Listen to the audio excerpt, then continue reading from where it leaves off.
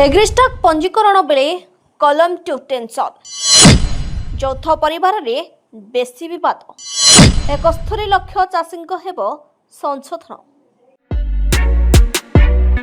एग्रीस्टिक रे चाषी पंजीकरण बेले कलम 2 को नहीं चाषी माने बहुत हैरान होउछंती।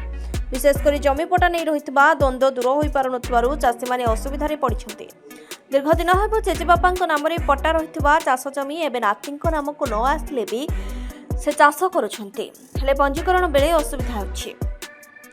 गोटे यौथ परिवार भितर अधिक भाई थिले बापा नाम जमी थिले भी देखा जाउछि विवाद। जहाँ नारे पट्टा नहीं से पंजीकरण करि पारुनाहांती, जाहाकु नहीं बीजेडी और कांग्रेस नेता माने राज्य सरकार को घेरिछंती।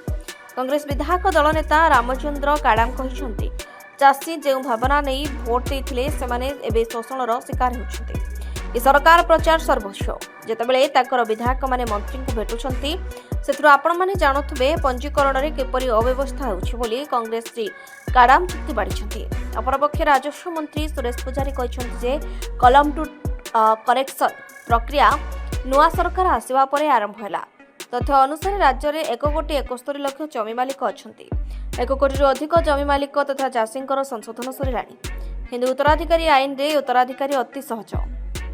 किंतु ओडिशा रे 24% जनजाति संप्रदायर लोके अछंती जो मानकर उत्तराधिकारी सत्व निजस्व परंपरा द्वारा परिचालित होता है। राज्य में 64 प्रकार जनजाति संप्रदायर लोके अछंती। सेमानक पद्धति उत्तराधिकारी पाइबा नै अध्ययन करुछु। आमे अध्ययन करी डाटाबेस प्रस्तुत करुछु।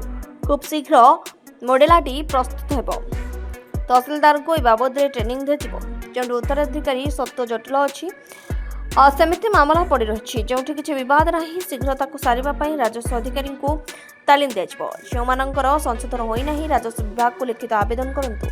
अन्य धर्मावलंबी संप्रदायर लोक मानक पई उत्तराधिकारी सत्व मध्य टिके भिन्न से प्रक्रिया गति धीमा हो जाइए। आ 71 लाख चाषी कलम 2 करेक्शन पई तालीम प्राप्त अधिकारी को काम में लगाइबो कार्य संपादन करिबो बोली राजस्व मंत्री सुरेश पुजारी कहिसंती।